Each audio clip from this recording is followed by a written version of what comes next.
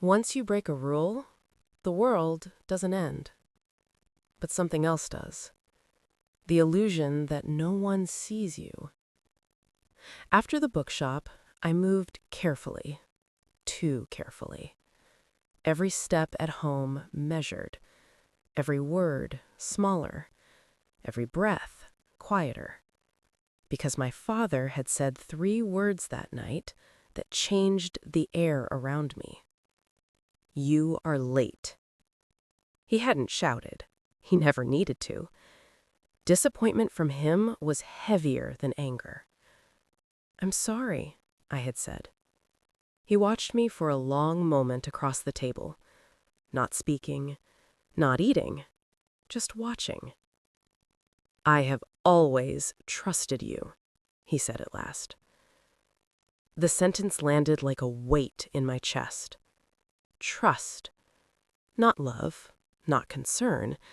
Trust meant obedience, predictability, control. Yes, Father, I whispered. Silence returned to dinner, but it was no longer the familiar silence of routine. It was sharp now, listening. That night in my room, I sat on the bed without moving.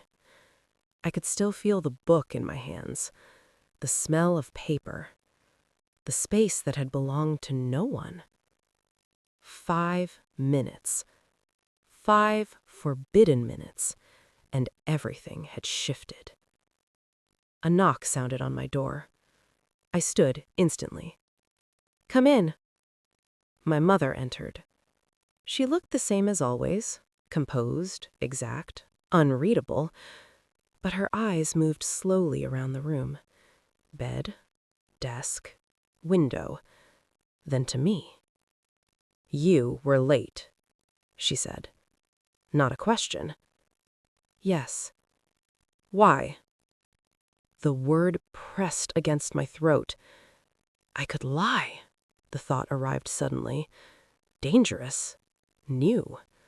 I had never lied to my parents. Obedience and truth had always been the same thing. But now they were different. I stayed at school, I said. The lie felt heavy in my mouth.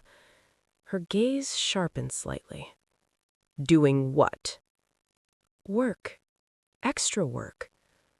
The room held its breath. She stepped closer, close enough that I could smell soap and starch. Layla, she said quietly, we protect you for a reason. Protect. The word I had heard all my life, but now it sounded different. Less like safety, more like ownership. The world outside, she continued, is not safe for girls who do not understand it. My chest tightened. I wanted to say, I want to understand it. I want to see it. I want to choose. But the walls inside me still stood strong. Yes, Mother, I said. She studied my face a moment longer. Then she left. The door closed softly, and I realized something frightening. They were watching now. The next morning, the house felt altered. My father's eyes lingered longer at breakfast. My mother moved through rooms with quieter steps. Nothing spoken. Everything noticed. Control had shifted into surveillance. At school, the world looked brighter than usual, because I had seen a piece of it. Freedom, once touched, changes color. I scanned the courtyard until I found Sarah. She was sitting on the bench, reading.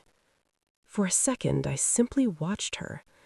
The ease in her shoulders, the unguarded way she occupied space, the way she existed without shrinking. She looked up and saw me. Her face lit instantly. Layla! The sound of my name from her felt like sunlight. I sat beside her quickly. I can't stay, I said at once. Her smile faded slightly. "Okay." "They noticed," I whispered.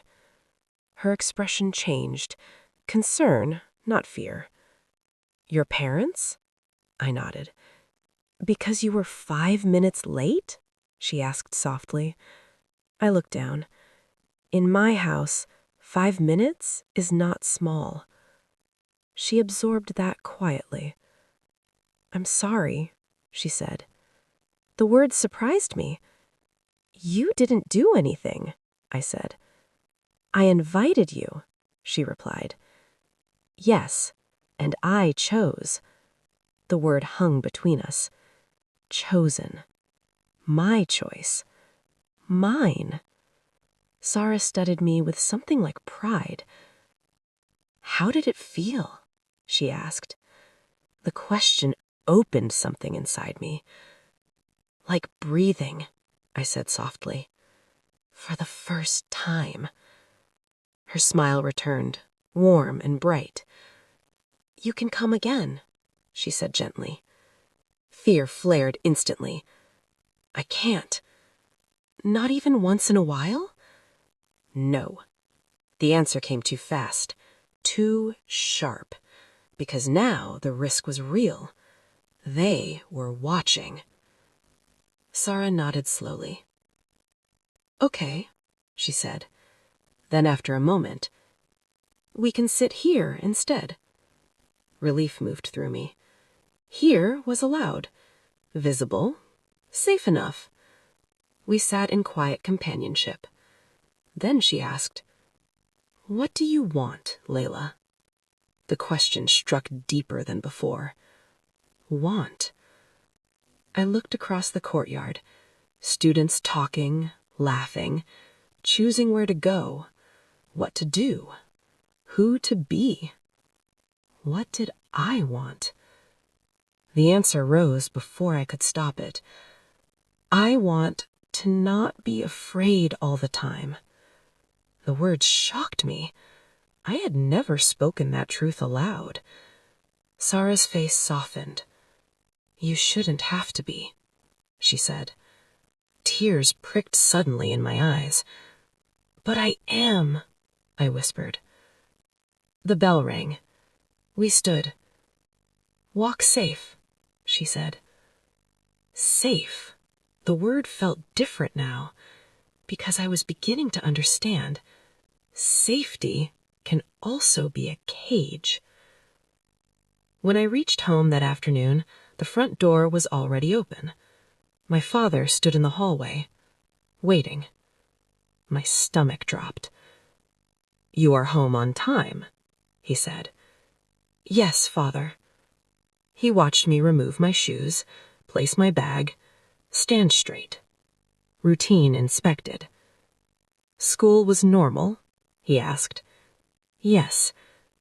"Classes ended at the usual hour?" My pulse jumped. "Yes." His gaze held mine. Too long. Then he said quietly, "I may begin collecting you." The words struck like cold iron. "Collecting?" I echoed. "From school, so you are not delayed." Air left my lungs. The walls were moving outward, extending, following. "Yes, Father," I heard myself say. He nodded once and walked away. I remained in the hallway, unable to move, because I understood something terrifying.